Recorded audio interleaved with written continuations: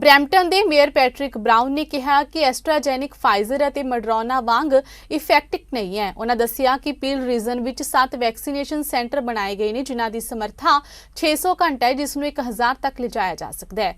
Mayor ਦੇ ਮੁਤਾਬਿਕ vaccination supply ਦੀ ਸਮੱਸਿਆ ਹੈ। ਪੀਲ ਰੀਜਨ ਵਿੱਚ 24 ਘੰਟੇ ਵੀ ਵੈਕਸੀਨੇਸ਼ਨ ਲਗਾਈ ਜਾ ਸਕਦੀ ਹੈ।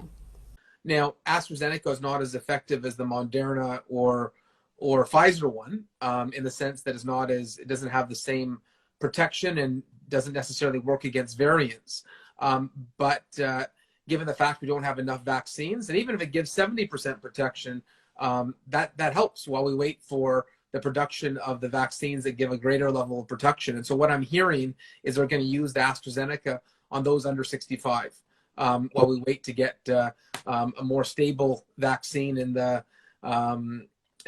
because this may be a vaccine we have to take every year. It could almost be like a flu shot, in the years that come. So we're going to have 7 vaccination centers open in Peel region, 1 in Caledon, 3 in Brampton, and 3 in Mississauga.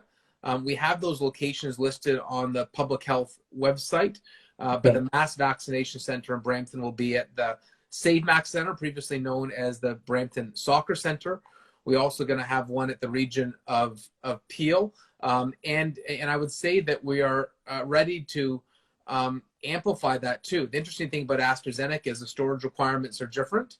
And so right now we're looking into, aside from the 3 physical sites in Brampton and the 3 physical sites in Mississauga and the physical site in Caledon, this will likely get rolled out to pharmacies and family doctor offices as well.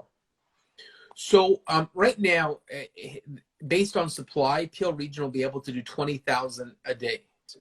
The capacity with these 7 vaccination centers is that if supply increases, we could actually do 40,000 a day. And in terms of how many an hour, really that can range based on supply. But I think initially they're looking at 500 or 600 an hour. But if they get more supply, they could ramp that up to maybe even 1,000. So they're still working out those details, and the hours may change. It's really they're going to try to adapt to when people are available and human resources are available.